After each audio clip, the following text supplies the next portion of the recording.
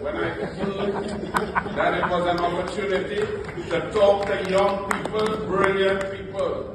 So first of all, let's see if I turn on, because I don't write nothing and read nothing like up the top.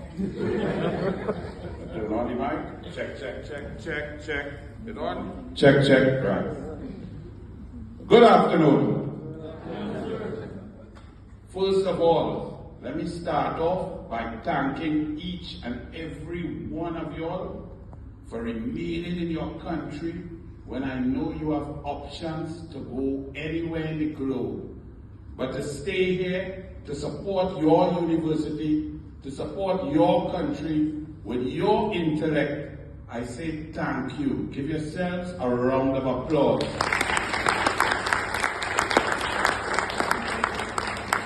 Now that was a lukewarm clap, right? On a scale of 1 to 10, I'll give that about a 3. And that's why I'm here to talk to you.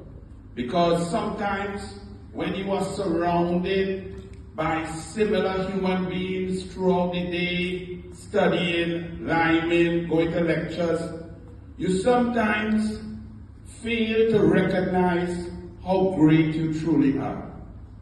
I am here to remind you all how bright you all are.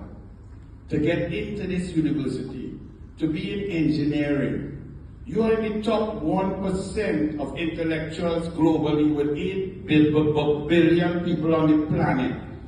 If you think about that for a moment, you will pat yourself on the back. And when I say thank you for staying here, and clap yourself for being brilliant, being intelligent, and working hard, you will clap much louder. So give yourselves a round of applause, please.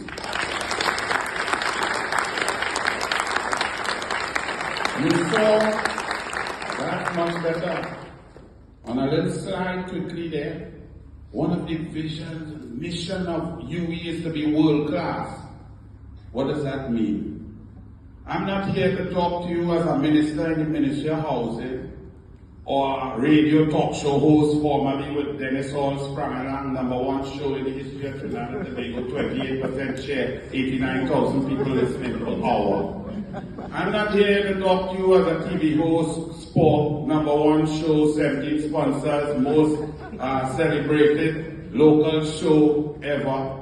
I'm not here to talk to you as a Guardian sport columnist, or a restaurateur, or MP, or a senator. I am here to talk to you as the best coach to pass through the Caribbean in any sport, having produced world-class athletes, an Olympic bronze medal, 7 world championship medals, 4 Pan Am gold, 6 Pan Am silver, 4 Commonwealth golds, 1 world record. That's what I am here to talk to you about. And it was done right here in Trinidad and Tobago, beating the world. You say, but we not in sport. What are you talking about? Life is a competition. Everything you're involved in is competitive.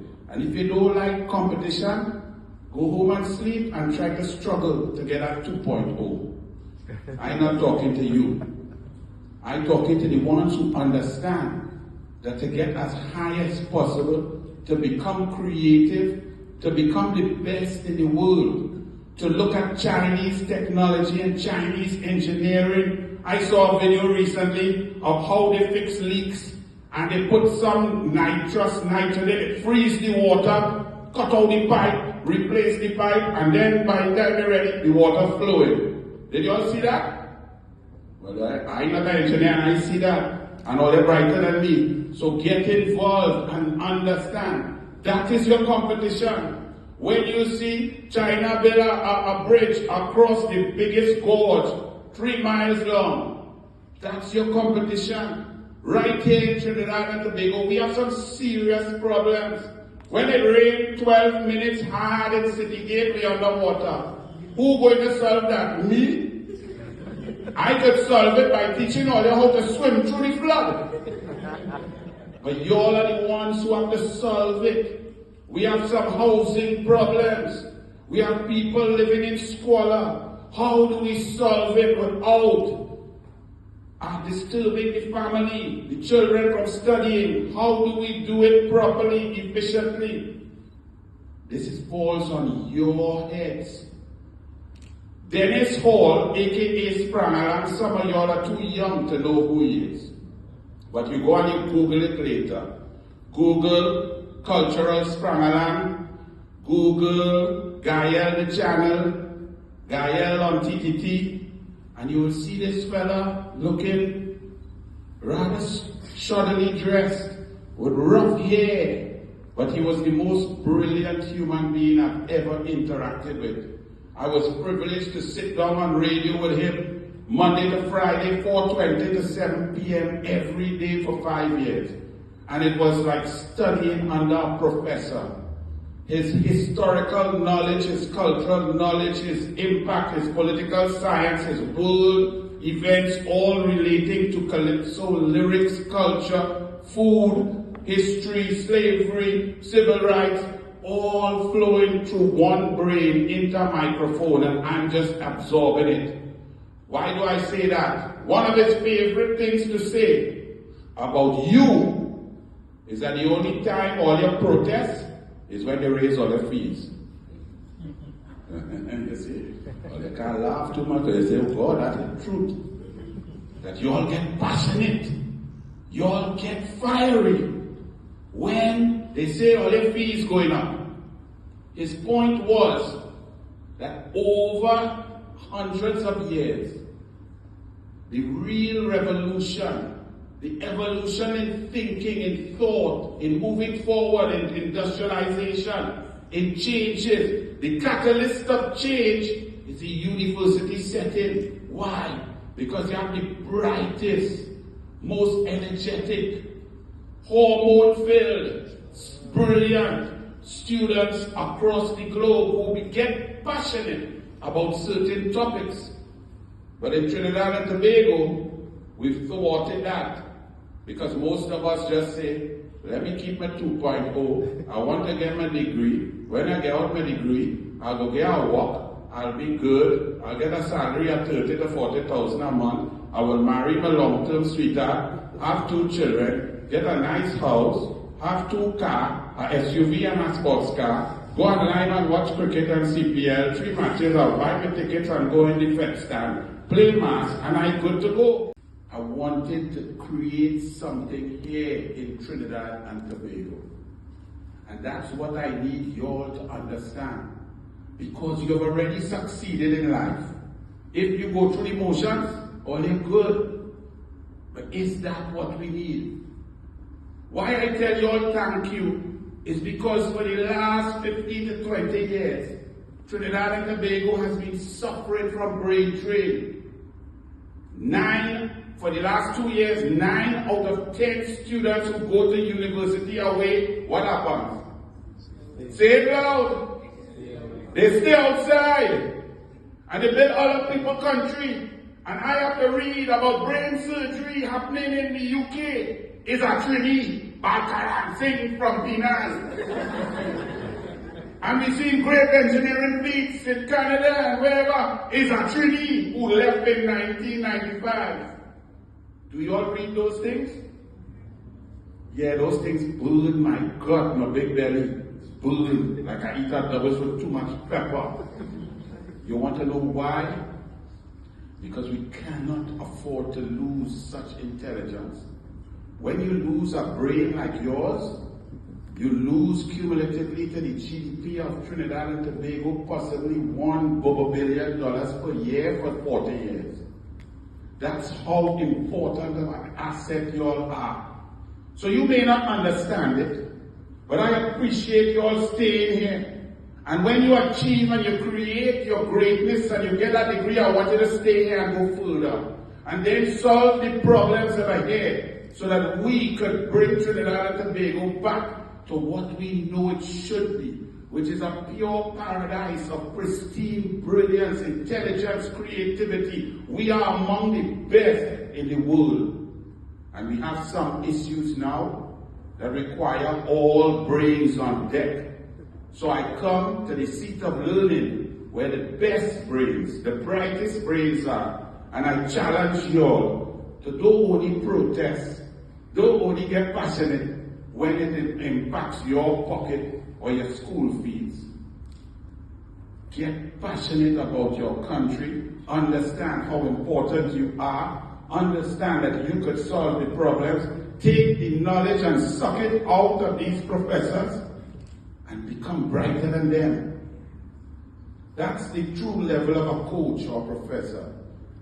They would tell you, they would love for a student to be brighter than them, to do some groundbreaking research or scientific achievement that impacts the globe and know that I taught that student.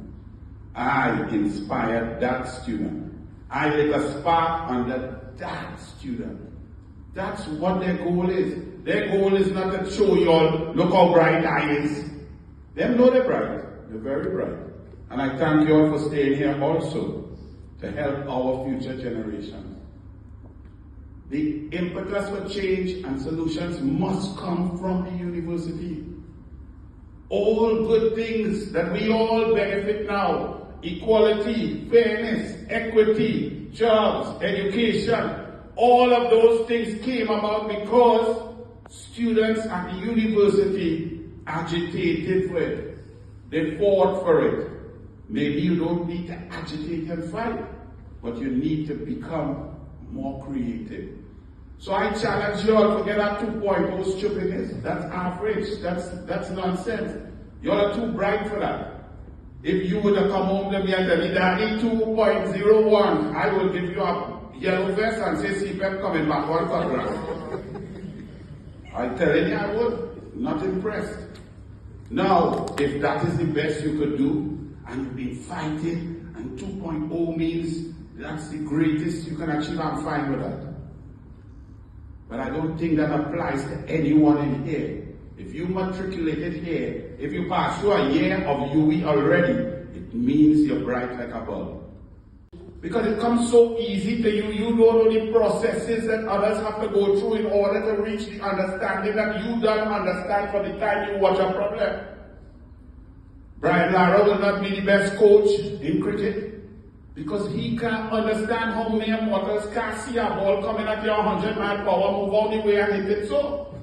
He can't understand how you didn't move your feet and the ball knock you out and you end up in hospital. He cannot understand that, so he cannot teach you what you need to do in order to be successful at coaching or to hit that ball. Diego Armando Maradona, probably the greatest footballer ever to grace the planet Earth, cannot coach because he cannot tell, because God blessed him with such a gift that he did things that mere mortals can't understand. But Beckenbauer, a man who stand up in the back, learn the game, learn the science, learn the movement of the players, how to close space and so on. He's not only a World Cup winning captain, who I got an interview on sport, but he also went on to coaching, the manager, and in 1990 he lifted the World Cup with Germany as the coach also, because he understood everything. Some of you all may have that gift.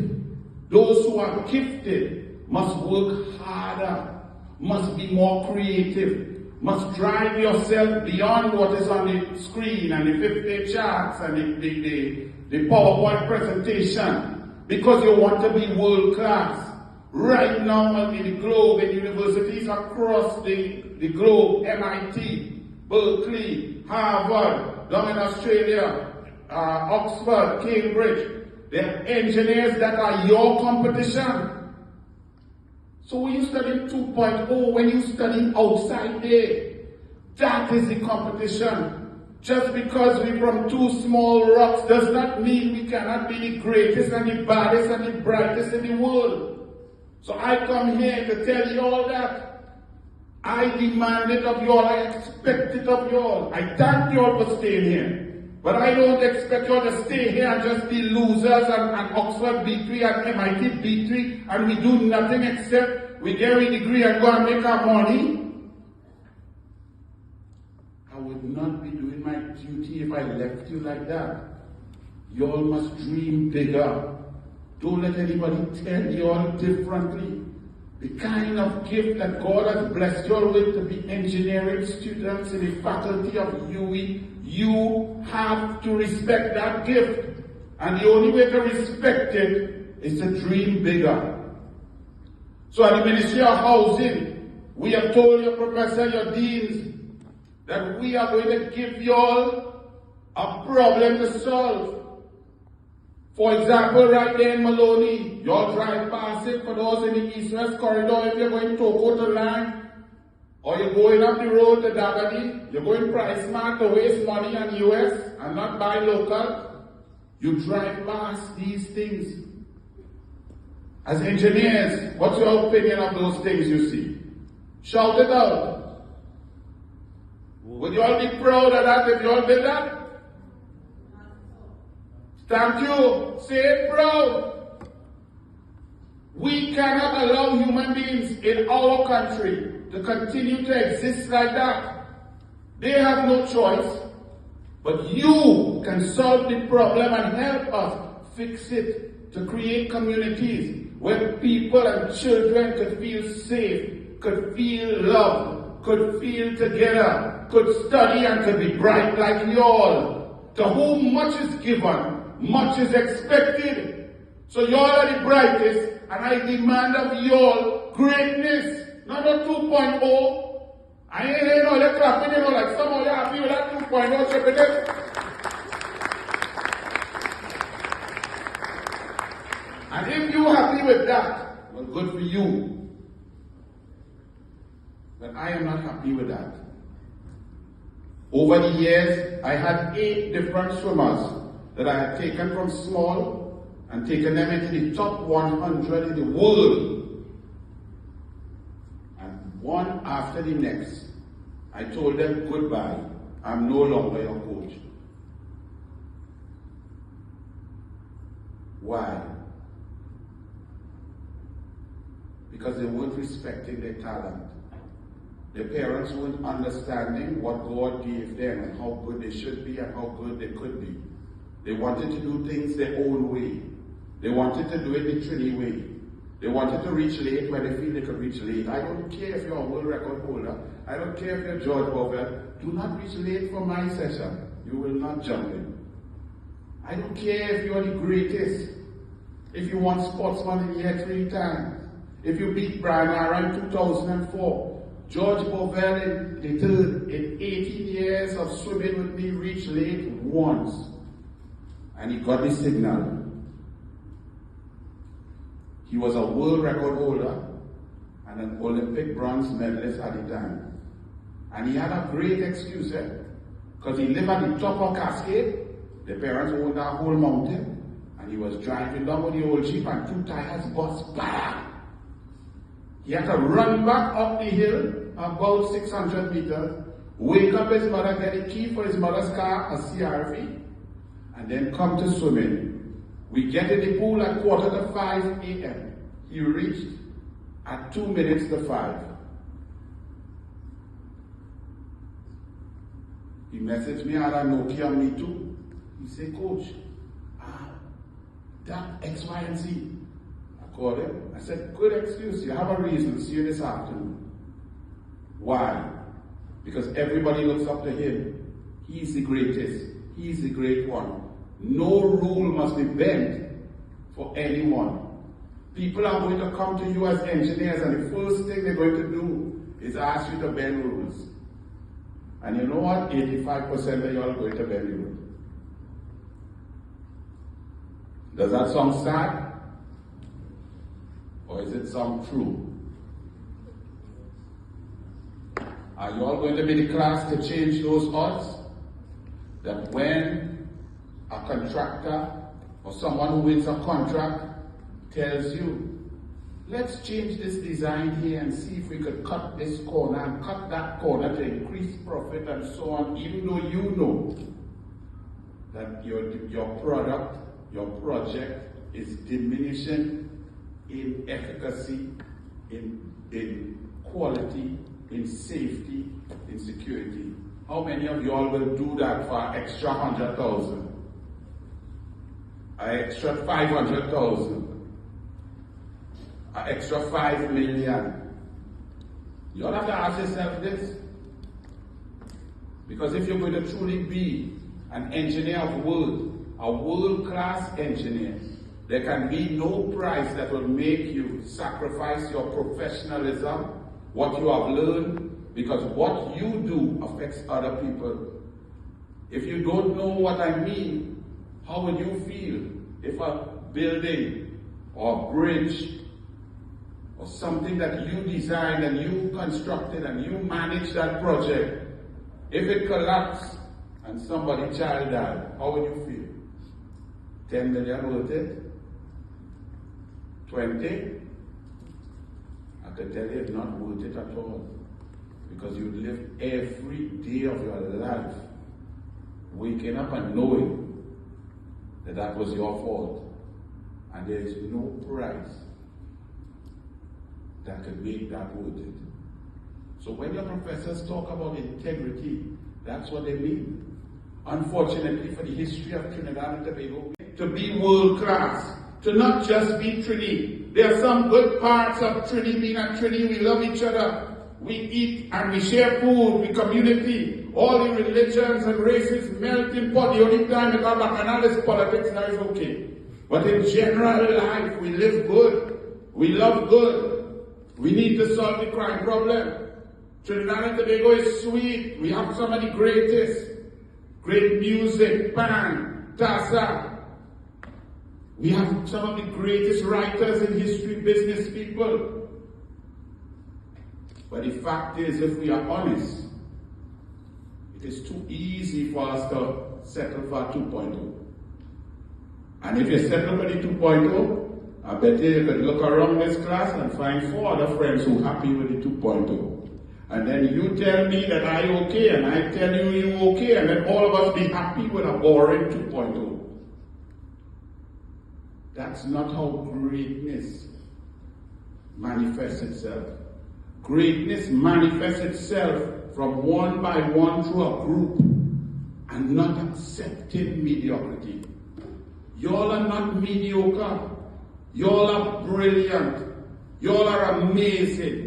Y'all are who we want to be. So don't become us. Lead us to do better. So this year I don't want to hear anybody with 2.0, 2.1. I want this class to set a new record, a new way going forward for the Faculty of Engineering and into Trinidad and Tobago, into construction, into problem solving, into design. Get involved and lead your country back to the greatness that it once was and it can be again. It's your future. I hold my belly big, I closer to the way out and on the way in. So it is incumbent upon you all to take the challenge. You have taken it. You are amazing. You are brilliant. Please be world class. Thank you very much.